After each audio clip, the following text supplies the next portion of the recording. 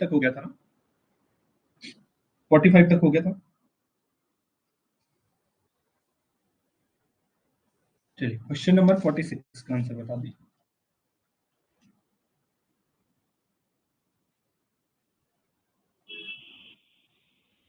Question है the efficiency of heat engine is defined as, जो efficiency है heat engine की यानी ऊष्मा इंजन की जो दक्षता को कैसे परिभाषित किया जाता है एफिशिएंसी का।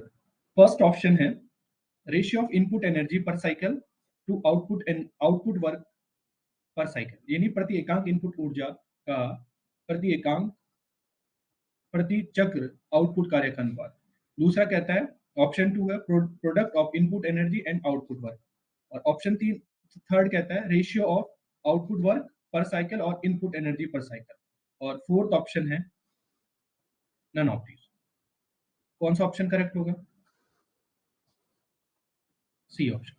क्यों सी ऑप्शन करेक्ट होगा? क्योंकि देखिए जो ईटा होता है वो क्या होता है, यूजफुल एफिशिएंसी, ईटा मतलब एफिशिएंसी, यूजफुल वर्क डन, जितना वर्क डन हुआ डिवाइड बाय इनपुट हीट, ठीक है, डिवाइड बाय इनपुट हीट, जो input heat.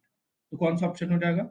Option C is the correct answer, the ratio of output work per of for a cycle and input energy of the cycle, ठीक है।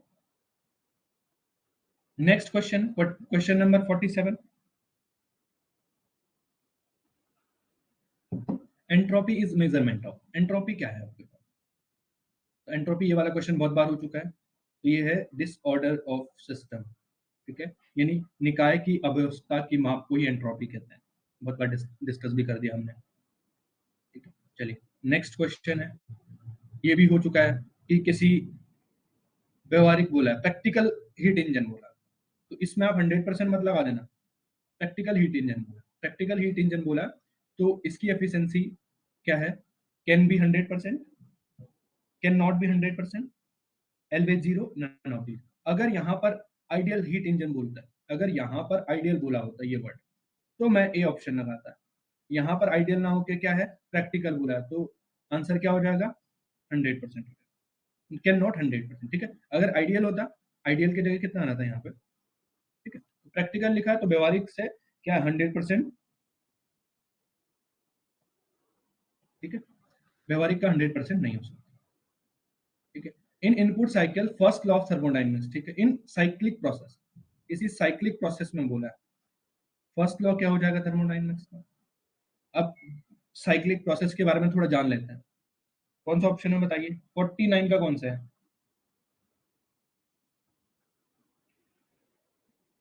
A option. थोड़ा cyclic process के बारे में जान लेते हैं, क्या होता है साइक्लिक प्रोसेस। साइक्लिक प्रोसेस में क्या होता है कि जहां से आपने मान लीजिए ए पॉइंट से प्रोसेस शुरू किया, कहां तक गए? बी तक गए, ठीक है, बी तक गए, फिर क्या गए? बी से क्या गए? वापस आ गए ए की तरफ, मान लीजिए मैं ऐसा मान लेता हूँ, एक साइक्लिक प्रोसेस हो गया, ऐसे मान लेता हूँ मैं,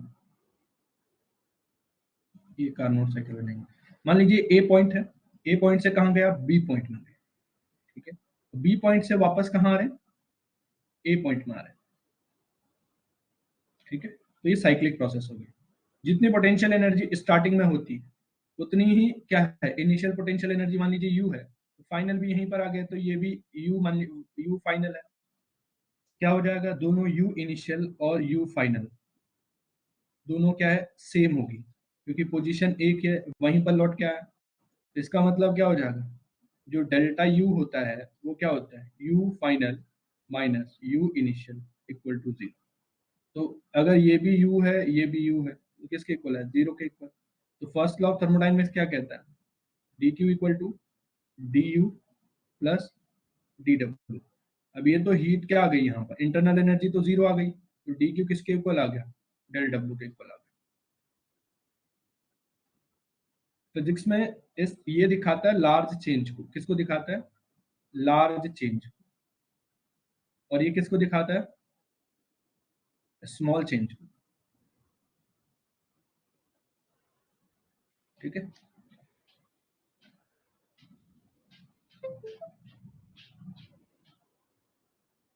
ठीक है, तो कौन सा ऑप्शन करेक्ट हो जाएगा? ए ऑप्शन करेक्ट हो जाएगा।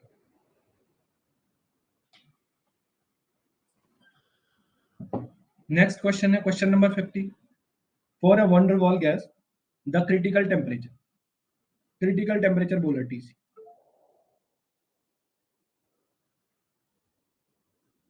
चलिए तीनों वैल्यू बताओगे आप लोग, मुझे बताइए अब। TC critical temperature real van der Waals gas के लिए। एक तो पहले सबसे पहले वंडरवॉल इक्वेशन बताओ मुझे।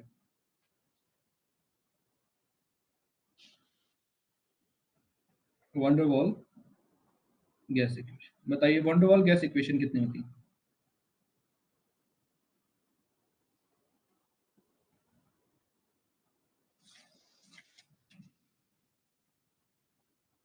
वंडरवॉल गैस इक्वेशन बताओ मुझे।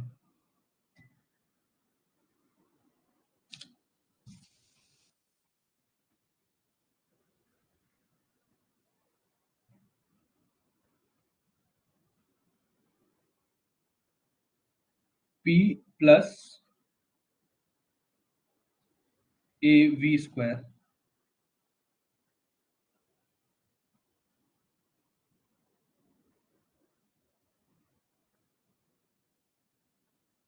We minus V are.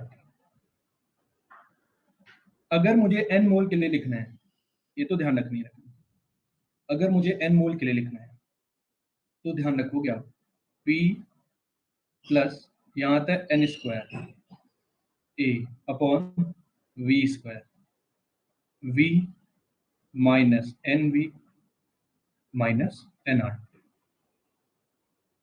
ये ध्यान रखो, पी ए एन बी क्या है, कांस्टेंट है, क्या है,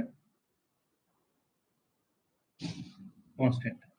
ए और बी क्या है, कांस्टेंट। और वी, पी है प्रेशर और वी है volume and R is a gas constant and T is a temperature, absolute temperature. ठीक।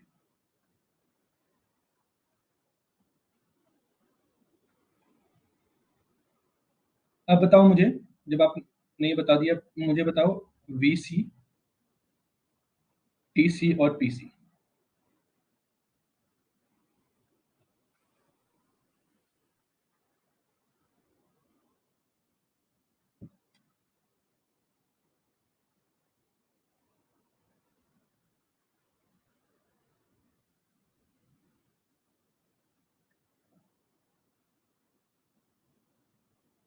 टू वी नहीं, थ्री वी होता है, ठीक है। वी सी होता है थ्री वी।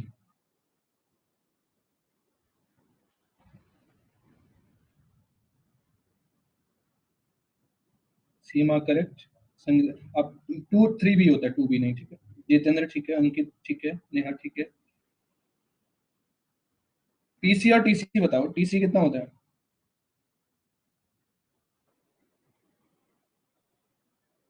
वीसी होता है, हाँ?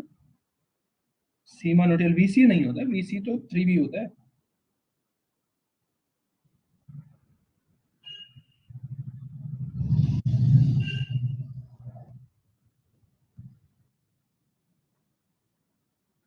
टीसी होता है आपके पास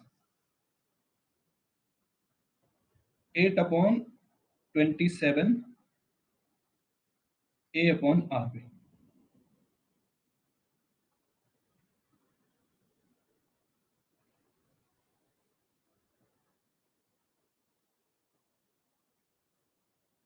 और जो पीसी होता है वो कितना होता है?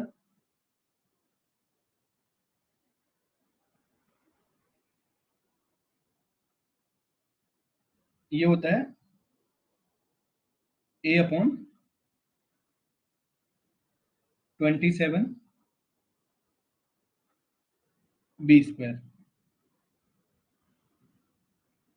ठीक है। और एक जो मोस्ट इंपॉर्टेंट पूछा जाता है आपसे, कौन सा वाला? आरटीसी वाला, आरटीसी अपॉन पीसी और वीसी का रेशियो पूछा जाता है। तो ये कितना होता है? 8/3 कितना? मैंने कहा था इंपॉर्टेंट है, ये आता है पेपर में, ठीक है। तो ध्यान रह जाएगा, कैसे ध्यान रहेगा? वीसी तो सबको ध्यान रहता है, वीसी इतना है। नेक्स्ट है कि टीसी कितना है। अब देखिए कि कैसे ध्यान रखोगे।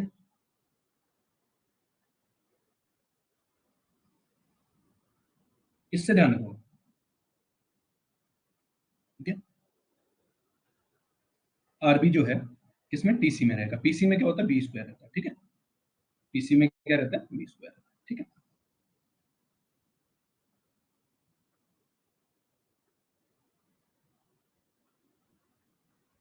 चलिए ठीक है, तो ये हो गया। इसके बेस में जितने क्वेश्चन थे, तो इसका आपको पता है, आपसे टीसी पूछा था। टीसी का ऑप्शन क्या हो जाएगा, ऑप्शन ए करेक्ट आ जाएगा, ठीक है। टीसी से क्लियर हो जाना चाहिए। टीबी, टीबी बताइए कितना होता है। टीबी मैंने बता रखा है आपके पास। टीबी कितना हो जाएगा, 51 का। टीबी क्या होता है, बॉयल टेम्परेचर होता है। तो जो मैंने आपको क्लास में बताया होगा कितना होता है, यहाँ पर 27 नहीं होता, ए अपॉन आर बी होता है, सिंपल। चलिए नेक्स्ट 52 का बताइए। गिव्स Hamilton, Hamilton equation can be written as, Helmholtz, ठीक है। गिव्स Helmholtz equation is written as 52।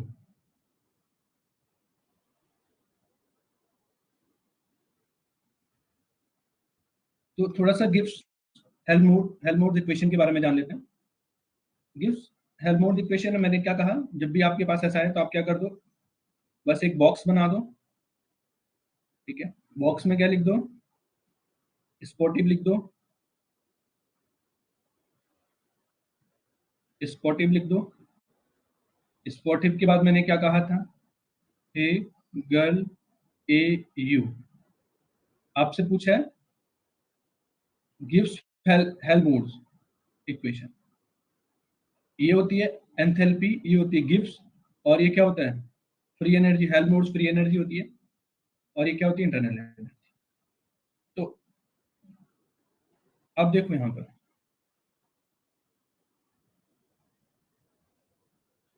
ठीक है, ये है आपसे, इसको नोटेशन एफ भी होता है, ठीक है। जैसे नोटेशन इसका एफ भी होता है, ए भी बोल सकता है, एफ भी बोल सकता है, ठीक है। नोटेशन दोनों आ सकता है आपके पास।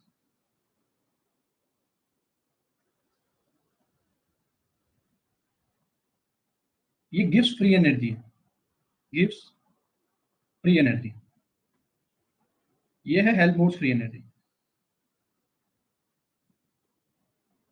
ठीक है। अब ऑप्शन से दिख रहा होगा आपको क्या क्या ऑप्शन हो सकते हैं, एफ यू ऐसे दे रखा है, एफ जी वाला कंसेप्ट तो नहीं है ना, ऐसा कंफ्यूजन तो नहीं है, क्योंकि यहाँ gives free, Helmholtz free equation था ये, ठीक है। द गिव्स हेल्महोल्ट्ज इक्वेशन की बात हो रही है, गिव्स फ्री एनर्जी जी की बात नहीं कर रहा, एफ की बात कर रहा है, यानी ए की बात हो रही है। अब ए क्या है, ए क्या होता है, पहले मैंने क्या कहा कि ए से यू के पास जाओ, ठीक है। ए से यू के पास गया आपको, फिर मैंने कहा वापस जब आओगे तो कहाँ पहुंचोगे, यहाँ से यहाँ जाओगे, टी के पास पहुंचोगे। टी के सामने क्या है, एस है, लिख दिया आपने। अब आप ऊपर चढ़े हैं, ऊपर के लिए क्या होता है, जब भी आप ऊपर चढ़ते हो तो क्या हो जाएगा, माइनस। नीचे अगर ऐसा आ रहे हो नीचे तो प्लस होता है, अगर ऊपर जा रहे हो तो माइनस होता है, ठीक है। ये हो गया। अब इसको क्या है आपके पास, ए इक्वल टू कितना दे रखा है, यू माइनस टी एस। अब ऐसा तो ऑप्शन में कहीं मैच नहीं कर रहा है, ऐसा तो कहीं ऑप्शन में मैच ही नहीं कर रहा है। तो एक काम करते हैं हम लोग, इसको डिफरेंशिएट कर देते हैं। Delta A equal to delta U minus T delta S minus S D T.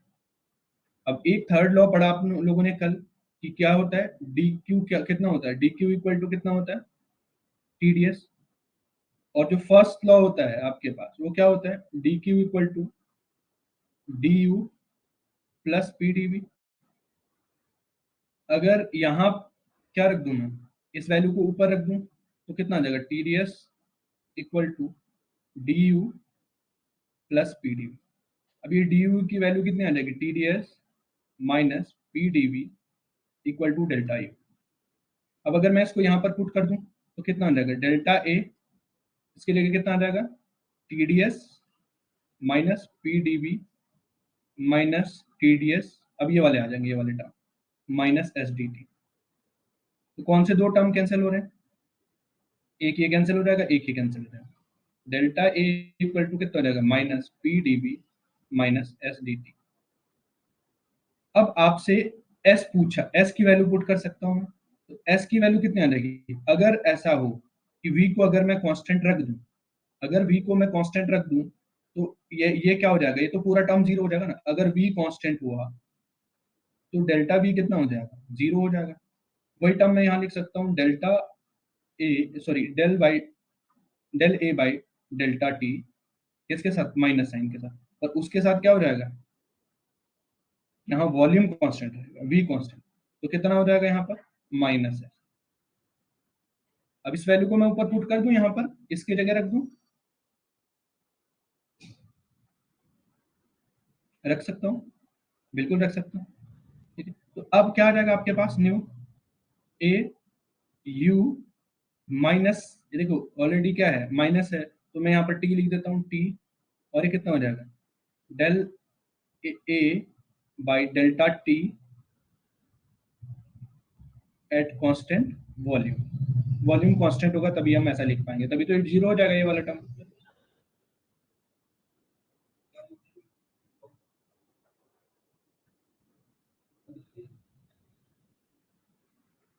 ठीक है,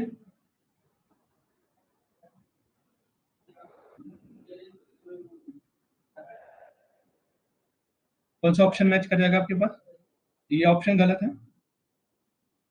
हमारा तो प्लस आ रहा है, ऑलरेडी माइनस है यहाँ पे, ये ऑप्शन तो गलत है। ठीक है, गलत आ रहा है।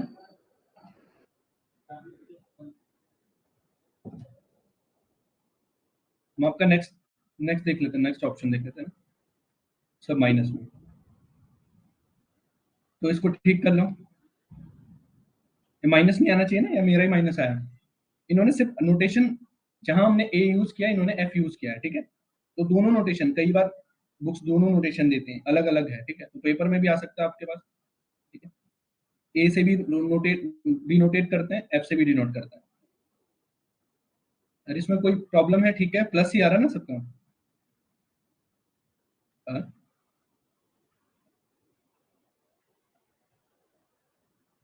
प्लस नहीं आ रहा सबका,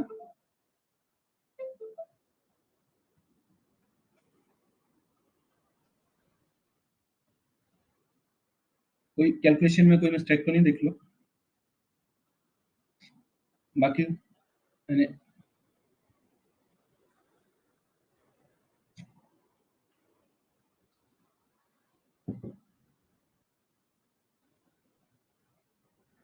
तो क्या हो जाएगा, प्लस यहाँ पर है, प्लस अगर होगा तो ये ऑप्शन है।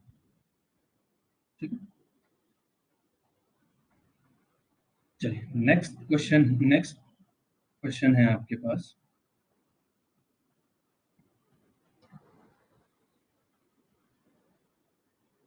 गिव्स फ्री एनर्जी, जी बताइए कितना होगा। दूसरी चीज ये याद रखना, याद करके नहीं जा सकते आप, जो फॉर्मूले याद करने वाले हैं उनको याद कर सकते हैं, लेकिन कंसेप्ट अगर थोड़े से इधर उधर हो गए तो याद नहीं है, थोड़े कंसेप्ट भी याद रखेंगे कैसे कैसा हुआ था। ठीक है, चीज ऐसे नहीं कि रटनी है। चलिए नेक्स्ट क्वेश्चन 53 का, ये तो मैंने सबको ही कराया, अभी वापस आते हैं, इस पे ही आते हैं, स्पॉटिव पे।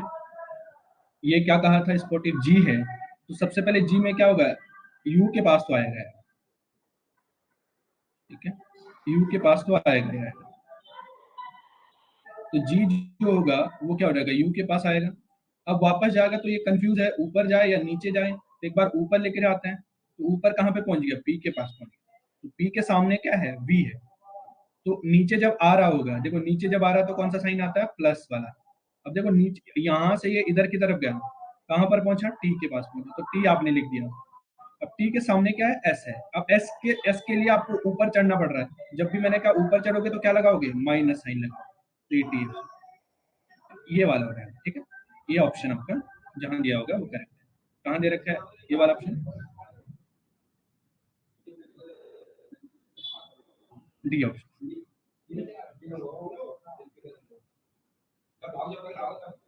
ठीक है, चलिए नेक्स्ट, नेक्स्ट है, नेक्स्ट क्वेश्चन है, the Maxwell relation in thermodynamics that can be derived from enthalpy. Maxwell का कौन सा रिलेशन एंथैल्पी से ड्राइव किया जाता है, बताइए। अब आपको मैक्सवेल के 4 रिलेशन याद होने चाहिए। अब याद कैसे रखोगे आप? मैंने क्या कहा था, सिंपल सा है।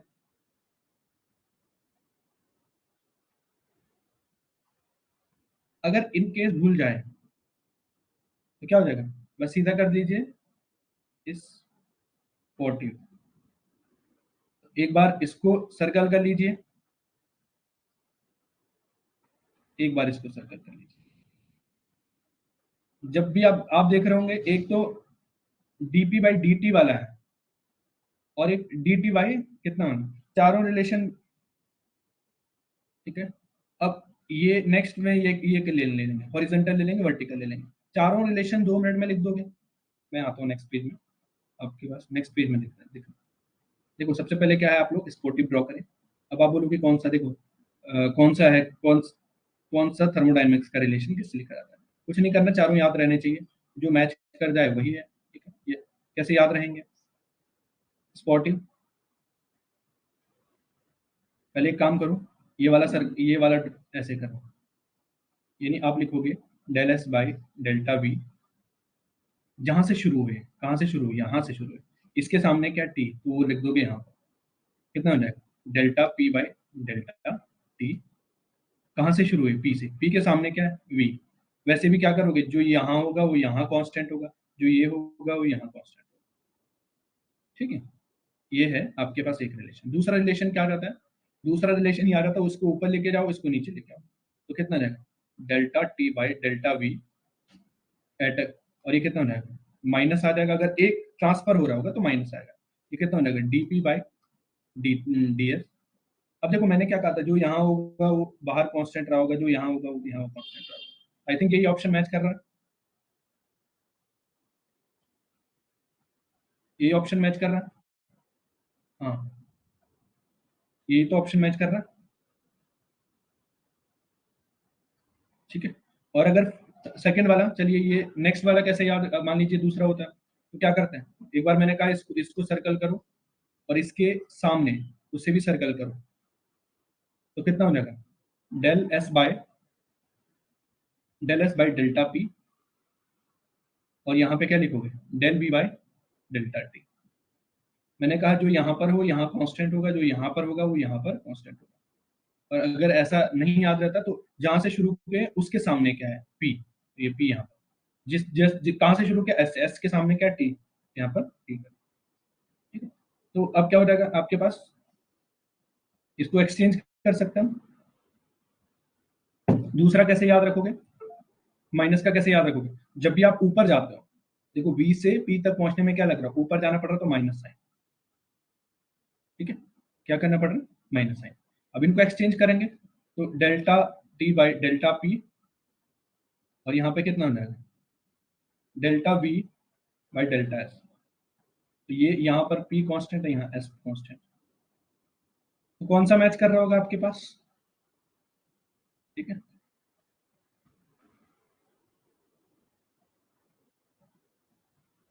माइनस कैसे याद रखें, माइनस तो ऐसे याद रखना पड़ेगा ना, जैसे वी के सामने ऊपर गए माइनस आ जाएगा।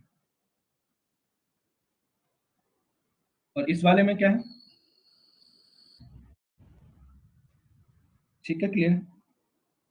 तो कौन सा ऑप्शन मैच कर रहा है आपके पास, चारों लिख दिए मैंने, कितना टाइम लगा होगा मुझे, 30 सेकेंड, ये ऑप्शन करेक्ट है। Next question, question number 55। कौन सा करेक्ट है, अभी अभी करवाएं ये तो, जी इक्वल टू कितना होता है, U minus T S plus P V, differentiation कर दो,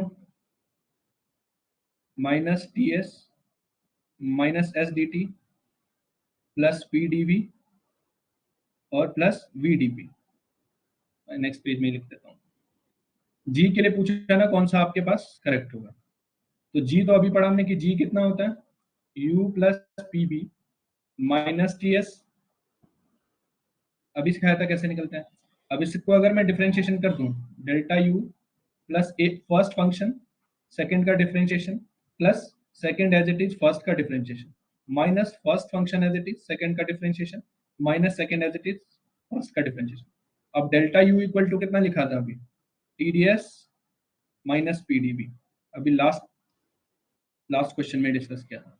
अब अगर मैं यहाँ पर रख दूं delta G equal to TDS plus VDP sorry minus VDP minus VDP plus VDP plus VDP minus TDS और एसडीटी।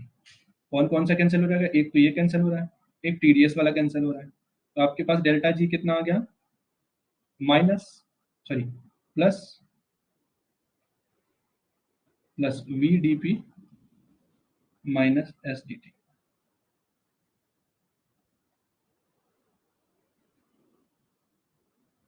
ये ऑप्शन हो जाएगा, ठीक है। अब जहां पर भी आपके पास ये ऑप्शन होगा वो करेक्ट हो जाएगा, ठीक।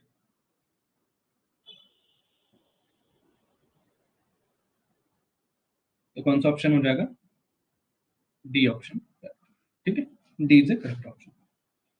चलिए एक क्वेश्चन आया, अच्छा क्वेश्चन, आप इसको सॉल्व करेंगे सब लोग।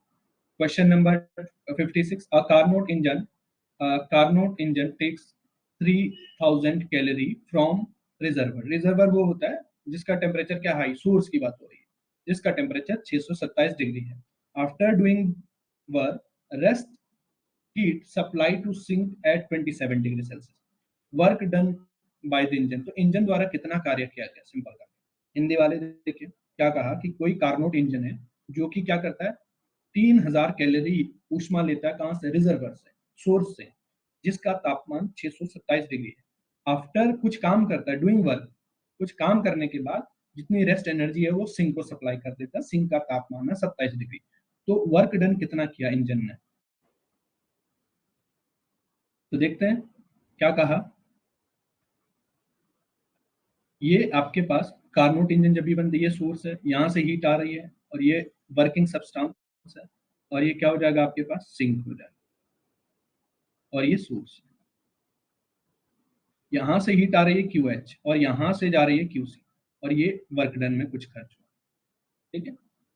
अब यहाँ से क्या बोला गया, आपके पास देखिए, आपसे पूछा वर्क डन, तो अगर मैं बात करता हूँ ईटा की,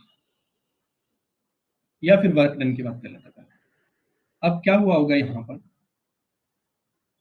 जो हीट है, इनपुट हीट कौन सी आई, क्यू एच, किस किस में दो पार्ट में बंटी, एक तो वर्क डन में खर्च हो गई, तो आपने कहा कि डब्ल्यू, और दूसरी कहाँ गई, क्यू सी की तरफ, सिंक की तरफ गई इतनी हीट, तो डब्ल्यू क्या आ जाएगा आपके पास, Q H minus Q C. एक तो ये तरीका है। अब क्यू एच आपके पास दे रखा है, ये क्यू एच की वैल्यू दे रखी है आपके पास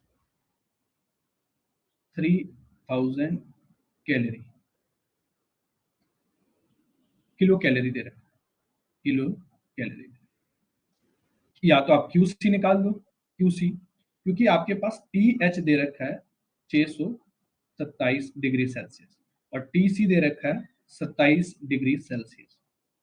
पहले तो इनको केल्विन में चेंज करो, 273 प्लस 627 कितना बन गया, ये बन गया 300, 300 ये हो गया 900 केल्विन। वैसे ये 27 273 प्लस 27 कितना हो जाएगा आपके पास, 300। तो एक तरीका तो क्या है, Q H upon Q C, Carnot cycle क्या होता है, T T H upon T C, यही कार्नोट साइकिल है, यही तो कार्नोट साइकिल है। इस करने के काफी सारे तरीके हैं। अब यहाँ पे क्या कर दो, इसकी वैल्यू रख दो, ये है ऊपर 3000 डिवाइड बाय क्यू सी आपको निकालना है, टी एच दे रखा है 900 और टी सी दे रखा है 300। अब ये दो जीरो यहाँ से कैंसिल हो जाएंगे, तो यहाँ से क्यू सी की वैल्यू कितनी आ गई, ये ऊपर चले जाएगा, 3 3 9, 9 और कितना आ जाएगा, 3 जीरो आ जाएगा, डिवाइड बाय 9, तो ये आ जाएगा इसके बदले 10, तो कितना रहेगा क्यू सी, ये आ गया 10,000 किलो कैलोरी में। अब यहाँ पे जब रखोगे आप तो W इक्वल टू कितना, QH है 3000 माइनस 1000, तो वर्क कितना आ जाएगा 2000।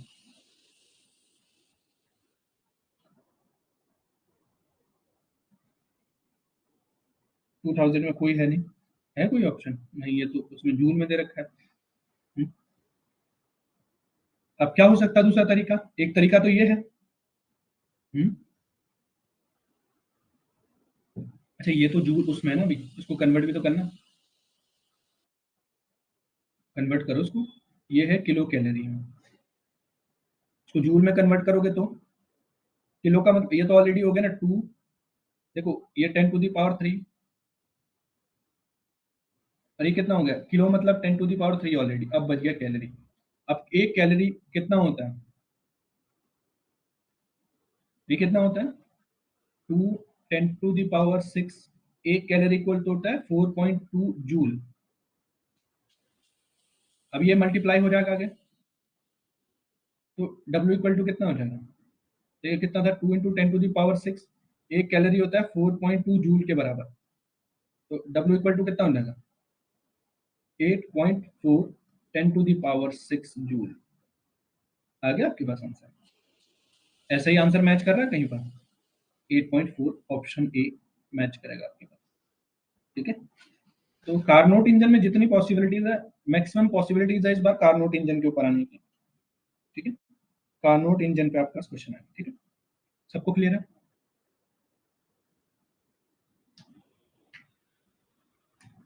नेक्स्ट जो वो है आपके पास टेस्ट सीरीज, उसमें इलेक्ट्रॉनिक्स वाला क्वेश्चन होगा। ठीक है,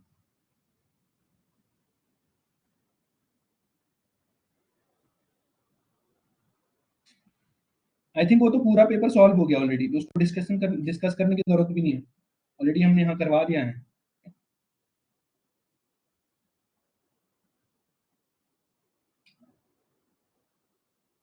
चलिए, हो गया, सबका हो गया। नेक्स्ट क्वेश्चन है क्वेश्चन नंबर 57, आज खत्म करना है जल्दी से।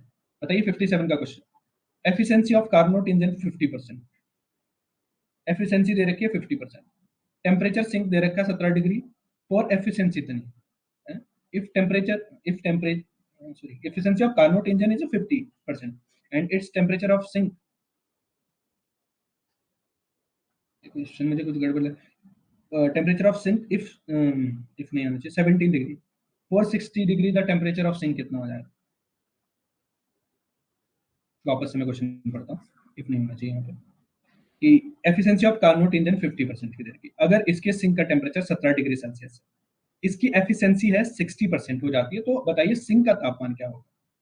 Efficiency of Carnot engine is 50%, its temperature of sink is 17 degree Celsius, for 60% efficiency the temperature of sink कितना होगा। सिंक का तापमान यानी कोई कार्नोट इंजन की एफिशिएंसी 50% है, अगर उसके सिंक का टेम्परेचर 17 डिग्री सेल्सियस है, कह रहे कि अगर एफिशिएंसी 60% होगी तो बताइए टेम्परेचर सिंक का टेम्परेचर कितना होगा।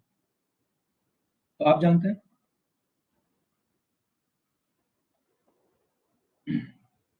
एफिशिएंसी कितनी होती है,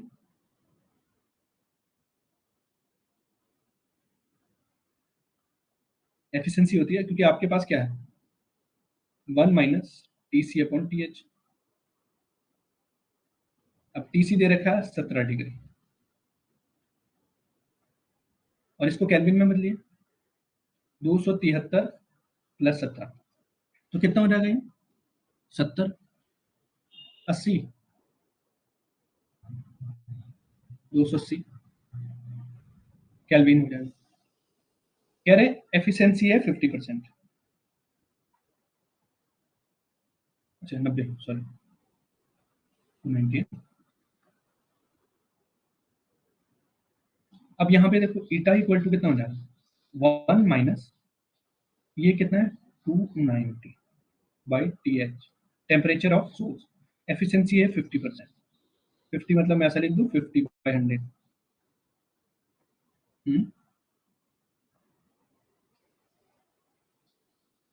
50% मतलब 1/2 लिख दूं ना, लिख सकता हूँ नहीं ज़्यादा अगर वैसे हो रही तो आप लोग क्या करिए, 50/100 कर दीजिए।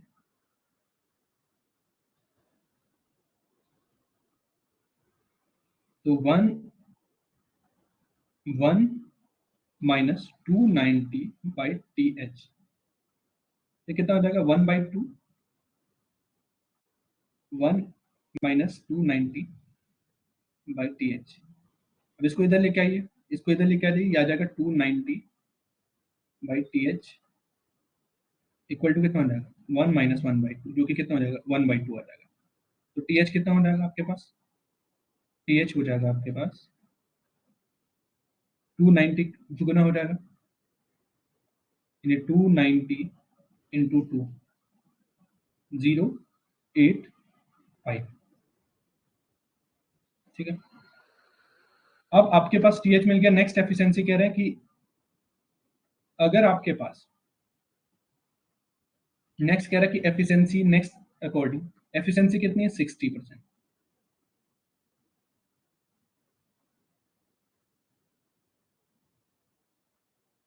तो 1 माइनस TC पूछा TH,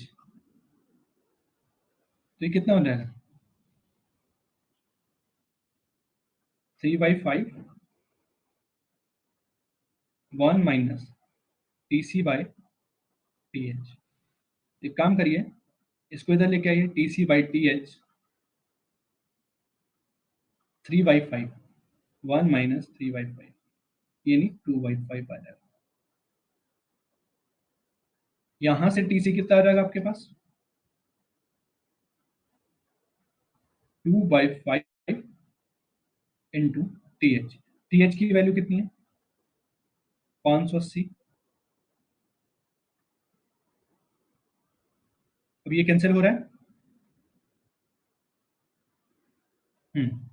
5 1 जा 5, और कितना? 80, 16, क्योंकि देखो यहाँ पर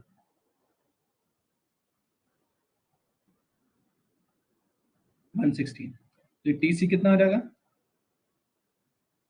2 3 2।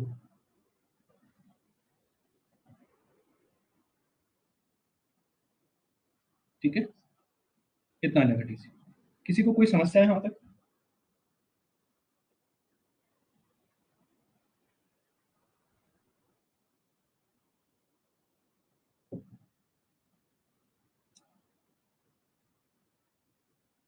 ठीक है ना सबको?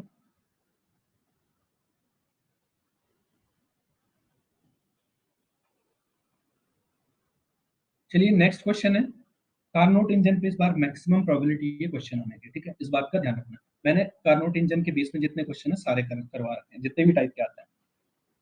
नेक्स्ट क्वेश्चन है, अ कार्नोट इंजन, एक कार्नोट इंजन है जो 300 calorie heat at 500 Kelvin reject, इतनी हीट रिजेक्ट करता है, heat to the sink, the temperature of sink कितना होगा?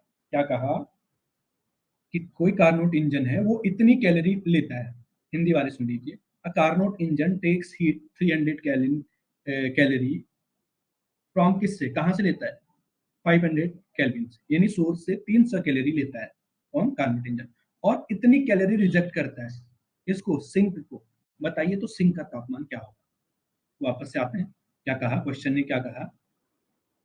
ठीक है, कि आपके पास ये सोर्स है और ये वर्किंग सब्सटेंस, और ये क्या? सिंक। कह रहे हैं यहां से क्या आती है? क्यू एच आती है, यहाँ पर क्या जा रही है? क्यू सी जा रही है, और ये वर्किंग सब्सटेंस यानी वर्क करने में खर्च हुई। ये सोर्स है और ये सिंक है। कह रहे हैं इसका तापमान तो दे रखा है TH, कितना दे रखा है? इसका तापमान दे रखा है 500 केल्विन। इस बार बदलने की जरूरत नहीं है, ऑलरेडी केल्विन में है। अब ये TC है, ये पूछा क्या होगा, जबकि QC कितना दे रहा है? कितनी हीट रिजेक्ट कर रहा है? कितनी हीट रिजेक्ट कर रहा है? 150 कैलोरी। तो ये देखो, ये सोर्स से ले रहा है कितनी? सोर्स से ले रहा है 300 कैलोरी, 300 कैलोरी ली इसने सोर्स, और खर्च हुई बाकी, कुछ वर्क में खर्च हुई, बाकी क्या की? 150 कैलोरी इसने क्या कर दी? सिंक को भेज दी। बताइए सिंक का तापमान क्या होगा? तो सारी बातें क्लियर हो गई। अब कार्नोट साइकिल क्या होती है? QH upon QC equal to TH upon TC। अब ये कितना है, क्यू एच क्यू दे रखा है, ये 300 दे रखा है, और ये क्या दे रखा है, ये 150 दे रखा है। आपसे पूछा टी एच दे रखा है 500, आपसे पूछा टीसी, तो कितना हो जाएगा, ये 2 हो जाएगा, और ऊपर आ जाएगा तो कितना, टी सी इक्वल टू 250। देखो यहाँ से कितना होगा, 500 का आधा कितना होगा, 500/2, 500 का आधा 250 केल्विन, 250 केल्विन आपके पास आंसर आ जाएगा। 250 केल्विन है आंसर, बिल्कुल आपके पास ऑप्शन डी बी सी क्या हो जाएगा, ये नहीं ऑप्शन सी है, क्लियर। नेक्स्ट क्वेश्चन है 59, the temperature of source and sink of Carnot engine दे रखा है इतना, सोर्स कार्नोट इंजन का सोर्स का टेम्परेचर और सिंक का टेम्परेचर दे रखा है, बताइए उनकी एफिशिएंसी कितनी होगी, कितना परसेंट होगी। हिंदी वाली भी सुन लीजिए कि टेम्परेचर दे रखा है, सोर्स तापमान दे रखा है, स्रोत और सिंक का कितना है, 400 और 300 केल्विन रिस्पेक्टिवली, ठीक है। एफिशिएंसी ऑफ दक्षता बतानी है उस कार्नोट इंजन की, तो यही आते हैं, जस्ट अभी इस पे कर लेते हैं।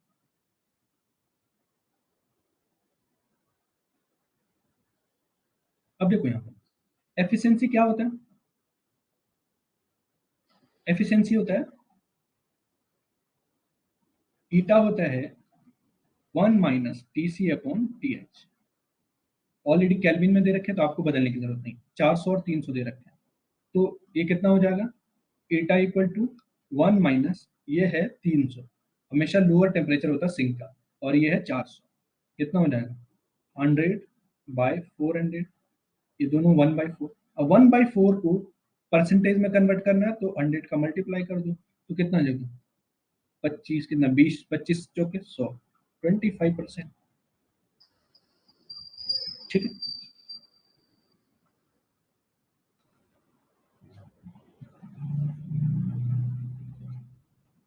तो कौन सा ऑप्शन हो जाएगा, ऑप्शन डी करेक्ट होगा, ठीक है।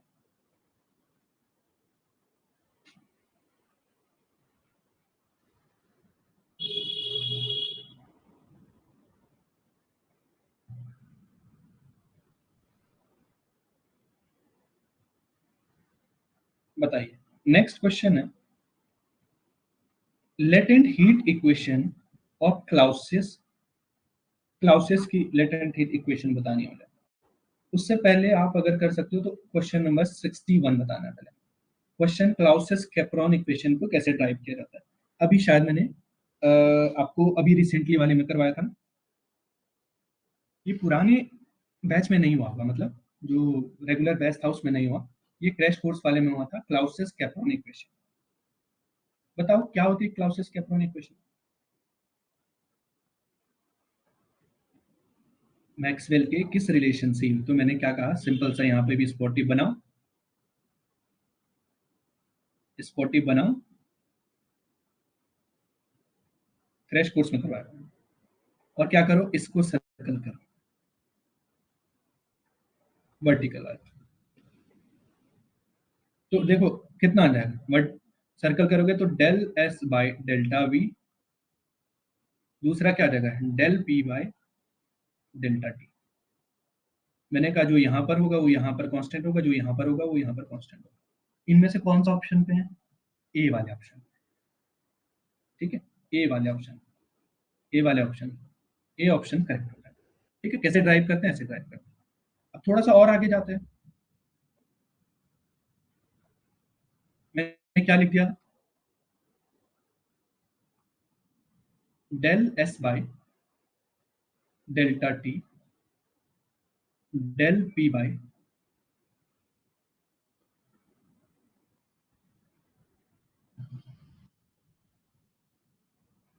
Del S by delta V, del P by delta T, जो यहाँ पर कांस्टेंट है, जो यहाँ पर है वो यहाँ पर है।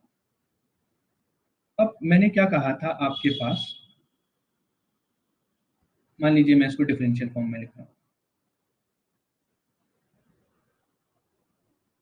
ठीक है, ये कितना हो जाएगा D P by D T, एक काम कर सकता हूँ मैं, क्या मैं टी, अगर मैं टी का मल्टीप्लाई करूँ दोनों तरफ, यहाँ पर भी टी का मल्टीप्लाई कर रहा हूँ और यहाँ पर भी टी का मल्टीप्लाई कर रहा हूँ, अब ये टी डी एस हो गया ना, और डी क्यू क्या होता है, T D S second law of thermodynamics, तो यहाँ पर लिख दूं मैं D Q by D T. ठीक है, अब ये कितना हो जाएगा, T D P by D T.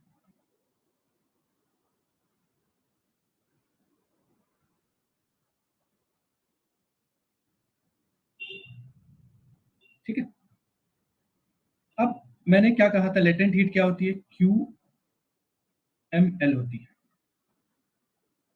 ठीक है, अब अगर मैं यहां पर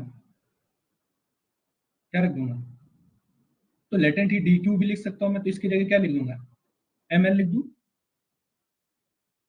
ये कितना हो जाएगा, डी वी एल है। अब ये डी वी क्या है आपके पास, change in volume V two minus V one, और ये कितना है आपके पास, डीपी बाई डी टी। तो ये जो डीपी बाई डी टी है वो कितना हो जाएगा आपके पास, M L by T V two minus V one.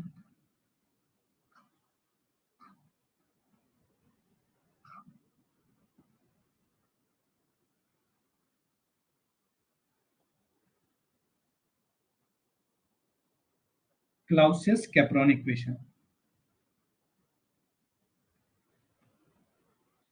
ठीक है, यही क्या आपके पास,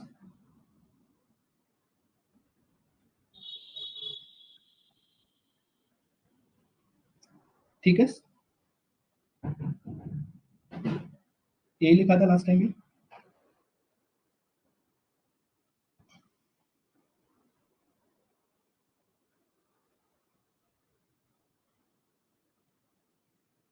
ठीक है, बस यहाँ पर क्या है, एम नहीं रहा होगा ना।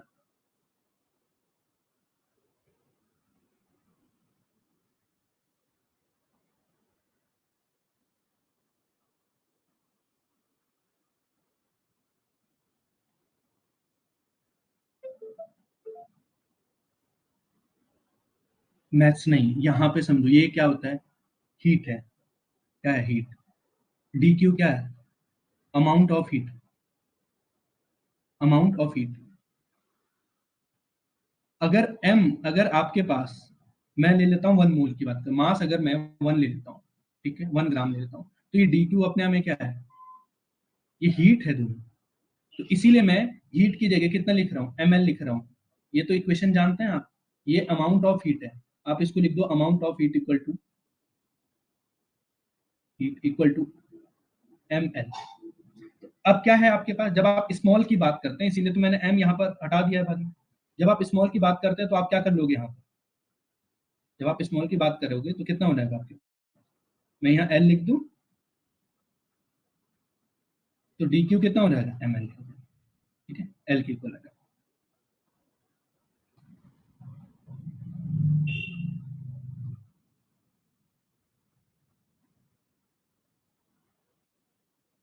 ठीक है,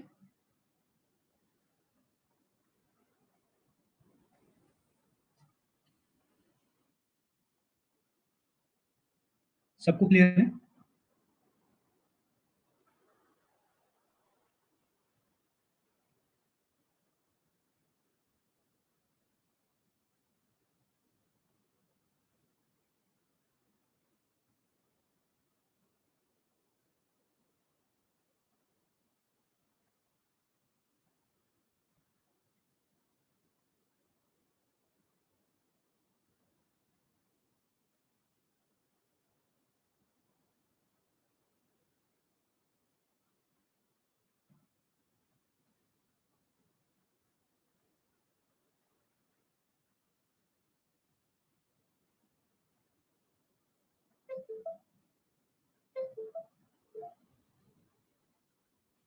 ठीक है, तो डी क्यू कितना रहेगा, एल आएगा। ठीक है, L is a latent heat, क्या है, लेटेंट,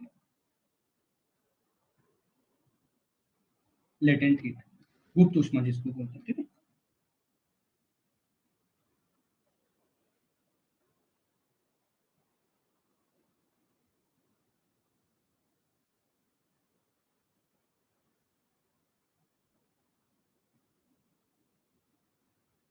चलिए ठीक है।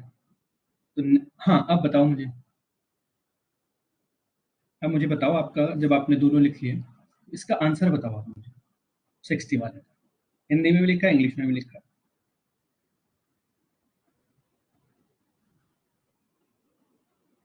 कौन सा ऑप्शन होगा?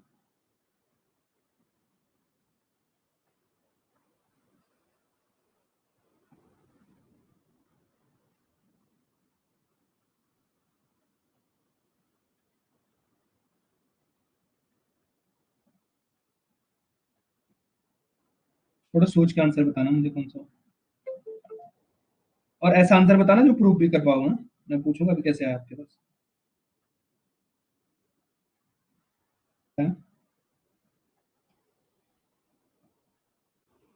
अब मैंने क्लाउड, अब ये दिमाग लगाओ, स्पेसिफिक हीट होती क्या पहले?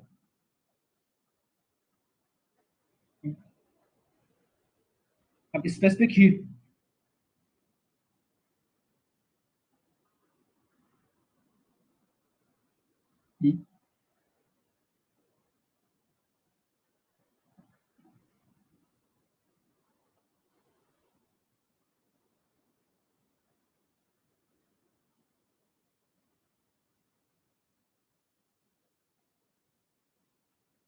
चलिए मैं करवा देता हूँ ना।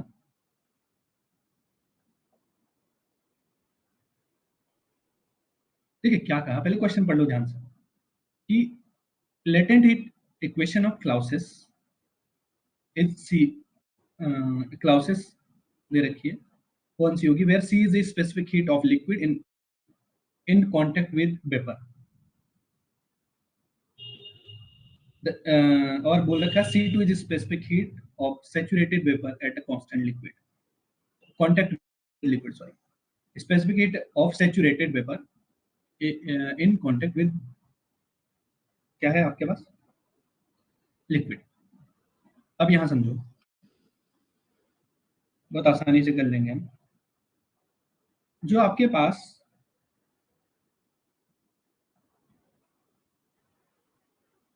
डी क्यू होता है, वो क्या होता है? टीडीएस होता है। अगर मैं यहां से डेल्टा एस लिखूं, कितना जाएगा? D Q by T. अब ये जो डेल्टा है, बेसिकली क्या, अगर मैं ऐसा लिखूं तो कोई इसमें फर्क है? मैंने लार्ज चेंज दिखा दिया। अब ये तो आपको पता, अब ये एल आया था, L by T, D Q तो मैंने एल लिखा था अभी। अब इसको क्या लिख सकता हूँ मैं? Change in entropy S two minus S one लिख सकता हूँ। कितना लगेगा? एल बाई टी आ जाएगा। अब अभी अभी पीछे लिखा था हमने, एंट्रोपी को अगर क्या करूं मैं, एक काम करता हूं मैं, एंट्रोपी को क्या कर देता हूं, इसके रिस्पेक्ट में कर देते हैं, डिफरेंशिएट कर देते हैं। यानी ये एस वन और एस टू क्या एंट्रोपीज है?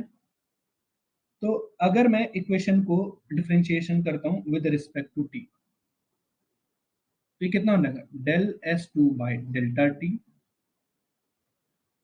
Plus minus del S one by delta T. यहाँ पे कितना हो जाएगा? एल ऑलरेडी क्या हो जाएगा? माइनस एल, इसका डिफरेंशिएशन 1/2 तो आ जाएगा, मतलब सॉरी, टी स्क्वायर आ जाएगा ना, ऊपर माइनस का होगा, ये ऊपर जाएगा, डिफरेंशिएशन तो सबको आता है वो, इतना। अब दूसरा क्या है? टी कांस्टेंट रहेगा, फर्स्ट फंक्शन ये कांस्टेंट रहा था। अब टी 1/t कांस्टेंट और delta L by delta T आ जाएगा। तो अब कितना आ जाएगा? अब देखो, राइट वाला तो लगभग आपको मिल गया। देखो यहाँ पर क्या मिल गया, कि one one by T del L by delta T minus L by T square. अब ये क्या है, अगर मैं, ये कितना रहेगा? Del S two by delta T minus del S one by delta T. अगर एक टी मैं ऊपर लेके जाऊं तो कितना हो जाएगा? T delta S two by D T, और ये कितना हो जाएगा? T del S one by delta T. यहाँ पे कितना हो गया? एक टी गया तो ये बच गया del L by delta T, और ये कितना हो जाएगा? एल अपॉन टी, एक की टी तो बच गया, एक क्रॉस मल्टीप्लिकेशन कर लिया आपने। अब आप यहाँ से समझो यहाँ पे, कि जो डी क्यू होता है वो क्या होता है? टी डी एस होता है। तो आपने इसको लिख दिया कितना, कि आप ये जानते थे, तो ये वाला जो टर्म हो गया कितना हो जाएगा? टी डी एस ही तो बन गया, तो आपने लिख दिया डी क्यू मान लीजिए मैं dq by dt, ये मान लीजिए मैं 2 वाला मान रहा हूँ, ये कितना हो जाएगा dq माइनस dt, और ये कितना हो जाएगा del L by delta T, और ये कितना हो जाएगा एल अपॉन टी। अब यही तो स्पेसिफिक हीट होती है, क्या होती है, C equal to del Q by delta T. तो ये कितना हो जाएगा C two minus C one equal to कितना हो जाएगा del L by delta T minus L upon T. आ जाएगा आपका आंसर, क्लियर है, आगे आंसर कौन सा ऑप्शन मैच कर गया, फर्स्ट वाला मैच कर रहा है, ठीक है, ए वाला मैच कर रहा है। सबको समझ आया?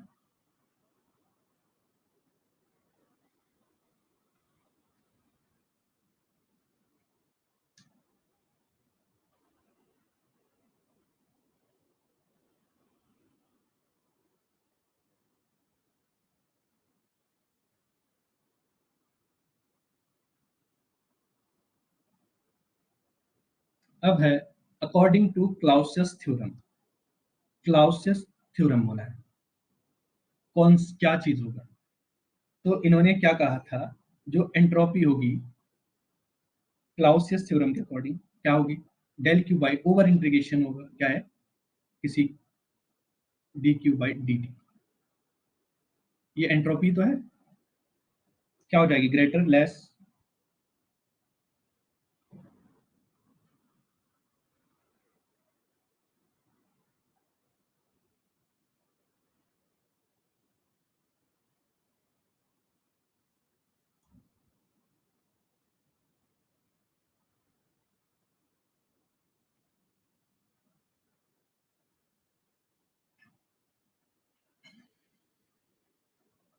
चलिए कौन सा क्लाउसियस है, impossible to construct a device whose क्या करता है transfer heat from cool reservoir to hot reservoir, ऐसा डिवाइस बनाना इम्पॉसिबल है जो क्या करे ठंडे से गर्म की तरफ क्या कर दें, ठीक है। तो क्लाउसियस के अकॉर्डिंग जो एंट्रोपी है आपके पास क्या होती है, स्टेट फंक्शन होती है, नहीं जनरल इक्वेशन क्या होती है, डी एस इक्वल टू कितना हो जाएगा D Q by D T, sorry D Q by T. जो एंट्रोपी होगी वो क्या होगी ग्रेटर देन इक्वल, अगर ये सराउंडिंग है तो ये बात बहुत बार पूछा जाता है आपसे इस फॉर्म में, ठीक है। और ये जो एंट्रोपी है सिस्टम की एंट्रोपी, तो अगर, ठीक है, तो अगर देखिए यहाँ पे दो केस आ रहेंगे, कि अगर आपके पास क्या है,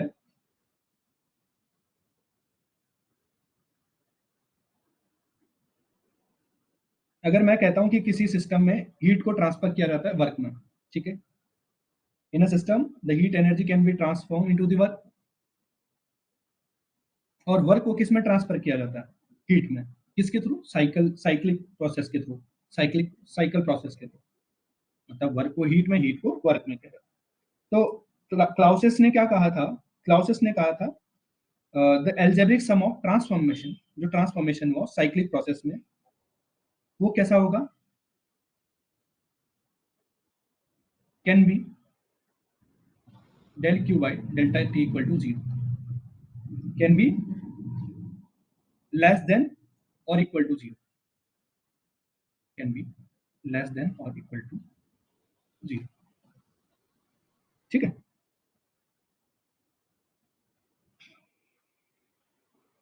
can be equal to less than or equal to 0, ठीक है।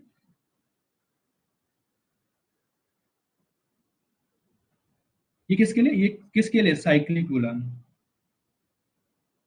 साइक्लिकल प्रोसेस,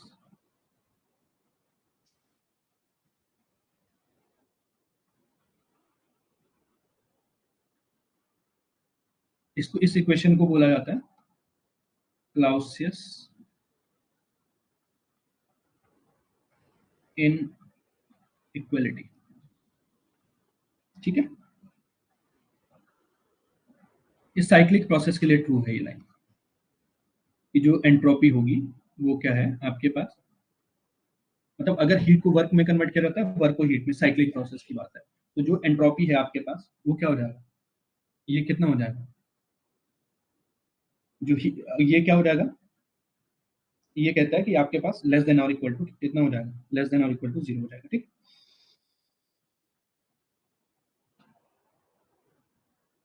जो हीट ट्रांसफर की जा रही है किसमें, वर्क में, वर्क से किसमें, हीट में, तो क्या हो जाएगा, इसको बोलते हैं क्लाउसियस इनइक्वालिटी।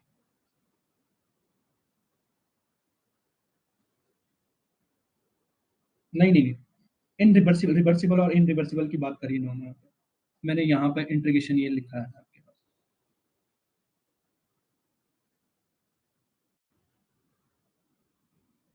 मैं कर ही नहीं रहा हूँ, मैं कह रहा हूँ कि अगर ऐसा हो, क्लाउसियस ने देखा कि अगर कोई क्या है आपके पास, अगर क्लाउसियस ने जो रिलेशन निकाला था एंट्रोपी और हीट के बीच में, क्या निकाला था, एंट्रोपी और हीट के बीच में, तो वो उन्होंने क्या कहा था कि अगर आपके पास हीट फ्लो हो रही है सिस्टम में, डी क्यू हीट फ्लो हो रही है सिस्टम में, तो आप क्या करती है, जैसे ही आपने क्या किया कि हीट दी, तो हीट किस में ट्रांसफॉर्म होगी, वर्क में ट्रांसफॉर्म होगी, और वर्क वापस ट्रांसफॉर्म हो किस में, हीट थ्रू, साइक्लिक प्रोसेस के थ्रू हुआ।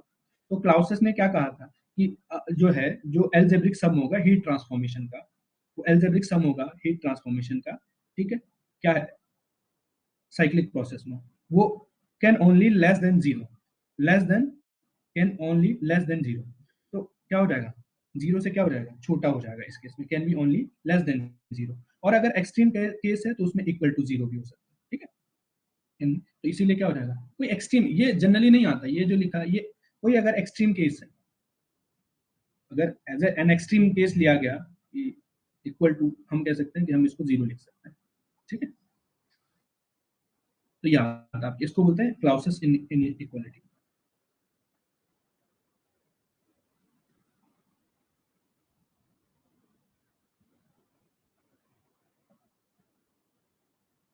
ठीक है।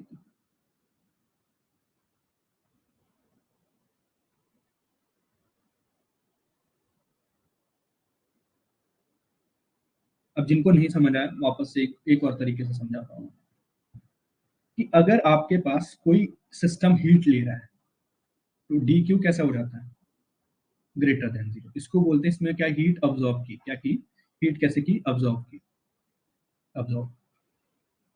और जो ये आपके पास अगर रिलीज की हीट, अगर हीट ने रिलीज की, ठीक है, इसका मतलब क्या की, लीव, हीट को अगर जाने दिया, ठीक है, इसमें मतलब हीट ऐड हुई, कोई भी रिजर्वर है, इसमें क्या हुई, हीट क्या हो गई, तो अगर कोई आपके पास, कोशिश करता हूं मैं एक्सप्लेन करता हूं, अगर आपके पास किसी पर्टिकुलर इंस्टेंट पे करता हूं मैं, कि मान लीजिए कि क्या है, क्लाउसियस और एंट्रोपी के बीच में रिलेशन लिखना चाह रहा हूँ, डेल्टा एस इक्वल टू कितना हो जाएगा, डी क्यू बाय डी, ये तो हो जाएगा, ठीक है। ये आप जानते भी, ये सेकंड लॉ है थर्मोडायनेमिक्स का। तो अगर मैं जानता हूं कि अगर आप क्या कर रहे हो, अगर हमने देखा कि अगर अमाउंट ऑफ हीट ऐड कर रहे हो, मतलब अगर आप अमाउंट ऑफ हीट कर रहे हैं, तो क्या हो जाएगा, तो एक एक चीज देखा होगा आपने, जो अमाउंट ऑफ वर्क डन है, वो साइक्लिक प्रोसेस में पाथ पे डिपेंड कर जाता है, ठीक है, किस पे डिपेंड करता है, पाथ पे डिपेंड करता है। तो यहाँ पर जो है वर्क डन किसका बन जाता है, फंक्शन ऑफ पाथ बन जाता है, ठीक है। तो अगर आपके पास साइक्लिक प्रोसेस, एंट्रोपी क्या हो जाएगी इसमें, अगर मैं इसकी बात करता हूँ, तो अगर किसी तरह कोई ऐसा सिस्टम हो जहां पर एंट्रोपी क्या हो जाएगी आपके पास, एंट्रोपी क्या हो जाएगा आपके पास, कोई भी प्रोसेस हो रहा है, एंट्रोपी ग्रेटर देन जीरो हो रही है ना,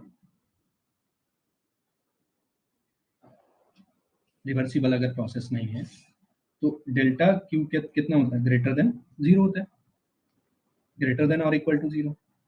तो यहाँ पर अगर मैं क्या है,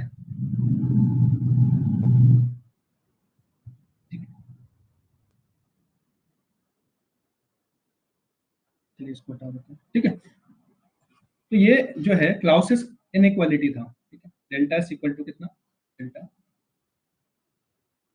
तो इन्होंने कहा कि अगर आपके पास एंट्रोपी स्टेट फंक्शन है, अगर डेल्टा एस स्टेट फंक्शन है, तो हम कहते हैं डेल्टा अगर रिवर्सिबल है, और इन रिवर्सिबल के लिए क्या कहते हैं कि डेल्टा एस क्या होता है, ग्रेटर देन जीरो होता है फॉर थर्मोडाइनमिक साइकिल। तो अगर ऐसा कुछ हो, देखो थर्मोडाइनमिक साइकिल अगर रिवर्सिबल केस में, तो ना तो एंट्रोपी क्रिएट की जा सकती, ना ही क्या की जा सकती, ऐड की जा सकती। भाई साइक्लिक प्रोसेस चल रहा है, तो अमाउंट ऑफ जो हीट हो रही है, जो ऐड हो रही है, can be measure during the cycle. कितना हीट क्या हो रही है, ऐड हो रही है, कितनी एनर्जी, अमाउंट ऑफ एनर्जी। तो अब क्या हो जा रहा है, and temperature can be measure during the cycle, temperature को भी मेजर किया जा सकता है।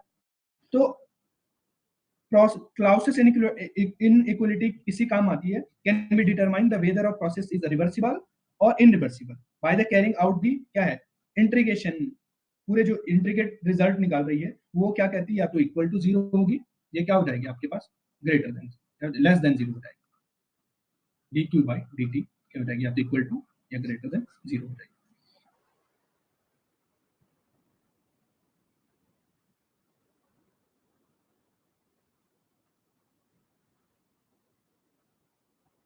ठीक है, चलिए। और ऐसा समझिए साइक्लिक प्रोसेस है, साइक्लिक प्रोसेस में आपको नहीं पता चल रहा है कि आपके पास क्या है, रिवर्सिबल हो रहा है या इनरिवर्सिबल हो रहा है, पर साइक्लिक प्रोसेस में हीट को और टेम्परेचर को मेजर किया जा सकता है। यही इनइक्वालिटी का क्या बताता है, आपके पास रिलेशन बताता है। ये क्या बताता है, जो अमाउंट ऑफ हीट है वो क्या है, रिलीज जब कर रहा है, आपके पास रिलीज कर रहा है, तो डी क्यू क्या हो जाएगा, लेस देन जीरो हो जाएगा, लेस देन जीरो हो जाएगा। वही चीज कह रहे हैं हम कि अगर साइक्लिक आपके पास हीट रिलीज कर रहा है, तो क्या हो जाएगा, जो D Q by D T है, वो क्या हो जाएगा, लेस देन जीरो हो जाएगा, लेस देन और इक्वल टू जीरो हो जाएगा। तो आपके पास ये भी होता है, कौन सा ऑप्शन हो जाएगा, बी ऑप्शन हो जाएगा।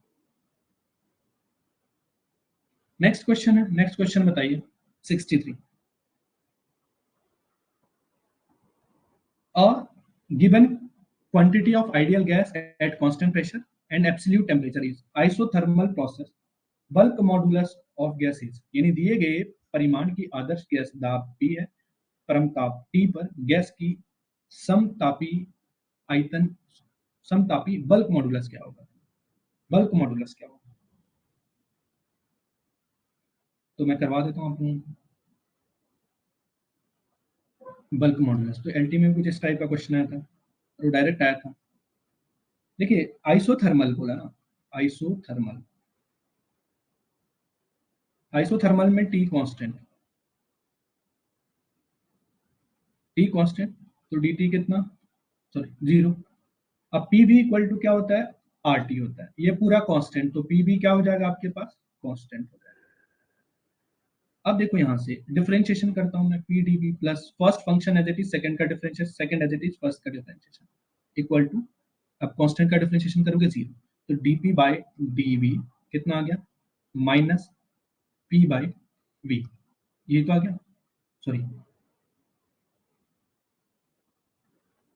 पी बाई वी, ठीक है, P by we,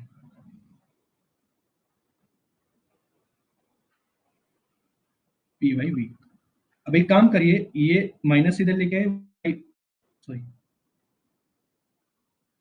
we D P by D V, ये पी के इक्वल, इसको ही तो बोलते हैं बल्क मॉडुलस, यही तो है आपके पास bulk modulus, bulk modulus,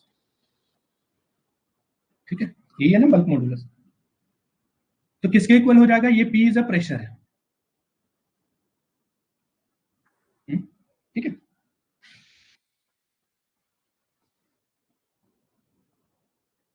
last time आपके एलटी में भी तो आया था, आइसोथर्मल कंप्रेसिबिलिटी और बल्क मॉडुलस में क्या रिलेशन है, एक दूसरे का भी उत्क्रमणानुपाती होते हैं, ठीक है।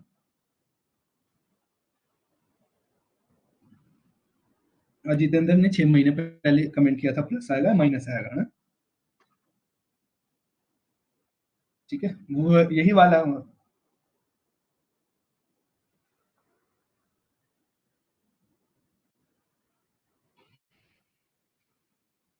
ठीक है। बता दो सही है गलत है ये, इसको बल्क मॉडुलस बोलते हैं नहीं बोलते? पढ़ा है मैंने बल्क मॉडुलस पहले दिन, जिस दिन मोटिवेशन की क्लास चली थी, फर्स्ट डे क्लास था मेरा। हाँ, ये है बल्क मॉडुलस। थोड़ा सा ध्यान रख लो, जो बल्क मॉडुलस होते हैं, एक आइसोथर्मल कंप्रेसिबिलिटी होती है, केटी जिसको बोलते हैं, वो कितना होता है -1/v, इसका उल्टा हो जाएगा dv/dt, dv/dp। ये जो बल्क मॉडुलस है, मान लीजिए मैं इसको बीटा नाम, केटी जो होता है वो इनवर्सली प्रोपोर्शनलिटी होता है बल्क मॉडुलस, ठीक है, बल्क मॉडुलस।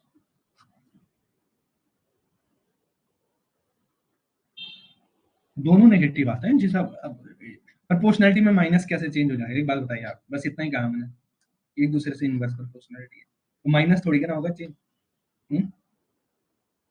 दोनों नेगेटिव आता है आइसोथर्मल में, एडियाबेटिक में, लेकिन गामा वाले में पॉजिटिव आता है, गामा वाले में पॉजिटिव आता है।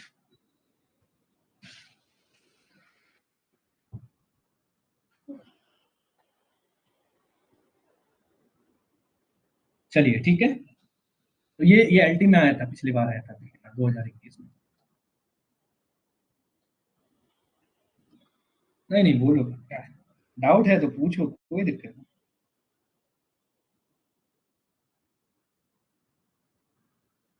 हम डाउट क्लियर कराने बैठे हैं, कोई कोई प्रॉब्लम नहीं। मतलब मैं ये कह रहा हूँ कि मेरे को याद रहता है किसने क्या पूछा है, हालांकि वो टाइमली रिप्लाई हो या ना हो, तो ये याद रहता है कि किसने क्या पूछा है। और मतलब एक चीज ऐसा भी होता है कि हालांकि कुछ लोग डायरेक्ट ऑप्शन पूछ रहे होते हैं, मैं डायरेक्ट टाइप कर सकता हूँ, लेकिन वही है, थोड़ा ट्राई करेंगे तो ज्यादा बेटर रहेगा। तो कुछ लोगों के मैं रिप्लाई पर्टिकुलर उस इंस्टेंट पे तो नहीं करता, अगर कभी रिलेट चीजें हुई तो मैं उस टाइम पे बता देता हूँ, ठीक है। उससे क्या बेनिफिट होता है, देखो, एक मेरी और एक वो आदत है कि मैं ना आंसर की नहीं देता जनरली, मतलब मैं चाहता हूँ कि आप लोग खुद से करें। तो आप लोगों का है कि क्वेश्चन का कैसे पता चलेगा राइट है गलत, अगर उसको सर्च करोगे ना आप, तो 3 क्वेश्चन और मिलेंगे उसके जैसे, 3 क्वेश्चन और क्लियर हो जाएंगे आपके। इसीलिए मैं पर्सनली ये चाहता हूँ कि आंसर की बिल्कुल दी ही नहीं जाए, एक्सप्लेनेशन हो, और वो विद फुल कैसे हो कि सारा टॉपिक भी उसके साथ क्लियर हो। मेरा पहले ये था, जब भी मैं एक सर्च की वजह से बता रहा हूँ, फिर आइसोथर्मल।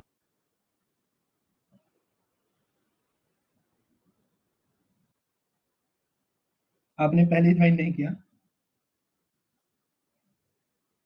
जितनी पॉसिबल हो पाएगी, ठीक है, ठीक है, 20 से 30 में, ठीक है, पता आप ये लग, ठीक है, ये सिर्फ ये आपको स्ट्रेंथ, जिन लोगों के पास सोर्स नहीं है अपना, जब मैं प्रिपरेशन होगी काफी सारी कॉपी मैसेज डिलीवर, तो becomes critically दोष करिए, फाइन दे रखा है 50 डिग्री सेल्सियस। चलिए नेक्स्ट क्वेश्चन देखते हैं हम लोग। चलिए बताइए, टेम्परेचर दे रखा है 50 degree Celsius, certain mass of gas compress adiabatically, so volume becomes 1/4 of initial volume, final temperature of the gas कितना होगा? टेम्परेचर बोल रहे हैं कि 50 डिग्री सेल्सियस पे किसी गैस को कंप्रेस किया गया एडियाबेटिकली, रुद्धोष्म तरीके से उसको कंप्रेस किया गया, एडियाबेटिकली कंप्रेस किया गया, ठीक है। बताइए अगर उसका वॉल्यूम जो है 1/4 हो जाता, अगर पहले बी था तो अब b/4 हो जाता, बताइए फाइनल टेम्परेचर क्या होगा? तो मतलब चलिए बात करते हैं किसके बारे में, एडियाबेटिक प्रोसेस के बारे में। अब एडियाबेटिक प्रोसेस हमको याद होना चाहिए कि टी वी क्या हो जाएगा, P V gamma equal to constant. अब आपको तो रिलेशन टी वी में पूछा है, तो पी वी इक्वल टू कितना आर टी।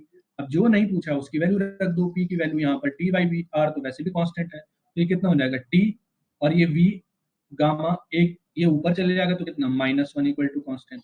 अब ये कह रहे हैं कि टी इनिशियल और ये कितना initial, V initial gamma -1 equal to कितना टी फाइनल वी गामा -1। अब कह रहे हैं कि इनिशियल टेम्परेचर मान लीजिए टी है, और ये कितना हो जाएगा वी इनिशियल, वॉल्यूम मान लीजिए इनिशियल वी था, और फाइनल वॉल्यूम कितना हो जाएगा v/4 हो जाएगा, 1/4, और ऊपर कितना हो जाएगा gamma -1 equal to T final. तो ये v से v कैंसिल, तो t इक्वल टू कितना हो गया, t इक्वल टू 2, ये 4 ऊपर जाएगा, गामा -1। अब गामा की वैल्यू कितनी दे रखी है, तो गामा की वैल्यू दे रखी है 1.3, 1.3 मतलब कितना 3/2, 3/2 दे रखा है, ठीक है, ठीक है, तो ये कितना हो जाएगा टी फाइनल। तो t इंटू टू की पावर कितना, टू का होल स्क्वायर, टू का होल स्क्वायर, और ये कितना हो जाएगा 3/2, टू से टू कैंसिल, तो कितना हो जाएगा टी फाइनल, तो टी फाइनल टी टी टास है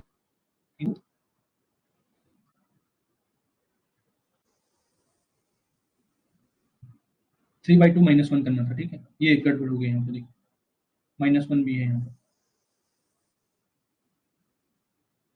आंसर कैसे सही आ गया फिर, ये कितना हो जाएगा यहाँ पर,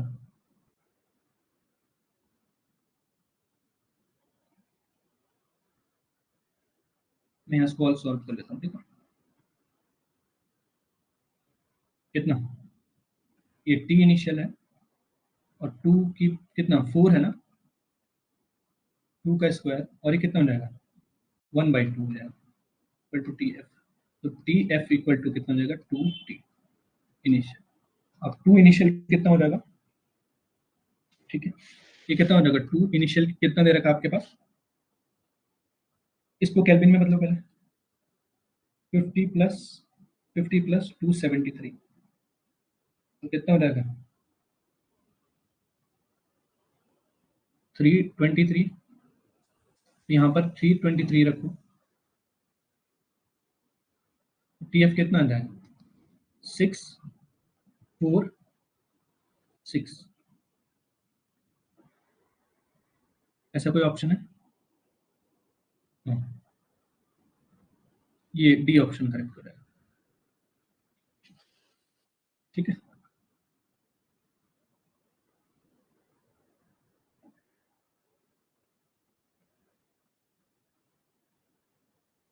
चलिए ठीक है, चलिए नेक्स्ट क्वेश्चन है, ratio of specific heat mono atomic के लिए कितना होता है, मोनो एटॉमिक के लिए, तो गामा कितना होता है, gamma equal to 1 + 2/f, mono atomic के लिए डिग्री ऑफ फ्रीडम कितना होता है 3, तो कितना हो जाएगा 5/3, 5/3 करिए 1.2 बच गया, 1.6 कहाँ पर है 1.67, सी ऑप्शन, ठीक है, which of the thermodynamics law measurement of the temperature, तो ये जीरो लॉ, ठीक है, चलिए आज के लिए रखते इतना ही, नेक्स्ट करेंगे, ठीक है, कल, ठीक है, तब तक के लिए, अच्छा जो लोग ऑनलाइन टेस्ट सीरीज ज्वाइन करना चाह रहे हैं, तो आप लोग व्हाट्सएप पे मैसेज कर सकते हैं, चलिए ठीक है, थैंक यू।